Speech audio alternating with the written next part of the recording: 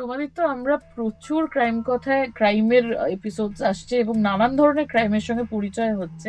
সেক্ষেত্রে অদৃশ্য চোর গল্পটা ভিন্ন, এবং সেটা কোথা থেকে ভিন্ন, গল্প তো বলা উচিত না, ঠিক সত্যি ঘটনা কোথা থেকে ভিন্ন, এবং তুমি পড়তে গিয়ে তোমার কি কি মনে হলো একটু যদি শ্রোতাদের সাথে শেয়ার করো। একদমই এটা অন্য রকমের একটা ঘটনা, যে ঘটনা কিভাবে যে পুলিশ তদন্ত করে বের করলো সেটাও কিন্তু একটা খুব বড় বিষয়। কারণ কিছু কিছু ছোট ছোট জিনিস পুলিশ কিন্তু তাদের তদন্তে বুঝতে পেরেছিল, এবং কলকাতা পুলিশের পর্যবেক্ষণ ক্ষমতা, অফিসারদের, কিছু কিছু অফিসারদের যে একটা মারাত্মক পর্যায়ে রয়েছে, সেটা কিন্তু এই অদৃশ্য চোরের ঘটনা থেকে বোঝা যায়।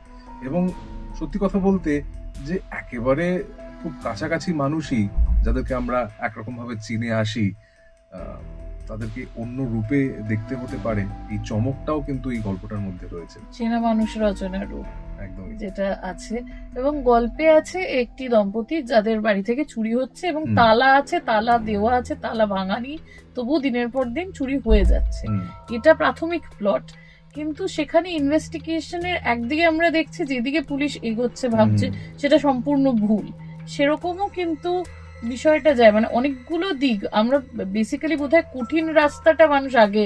একদমই, আমি বলতে পারি যে শ্রোতারা যখন এই গল্পটা শুনবে, ক্রাইম কথার অন্যান্য যে এপিসোডে যে ধরনের কাহিনী তারা শুনে অভ্যস্ত, যে ধরনের অপরাধের ঘটনা তারা শুনে বা জেনে অভ্যস্ত, তার থেকে খানিকটা কিন্তু আলাদা, একটা বেশ সাসপেন্স থ্রিলারের মতন একটু মাথা খাটানোর জায়গা কিন্তু বহুবার থাকবে শ্রোতাদের জন্য। হ্যাঁ, মানে বেশ কিছু অলৌকিক দিকে যাচ্ছেও মনে হতে পারে।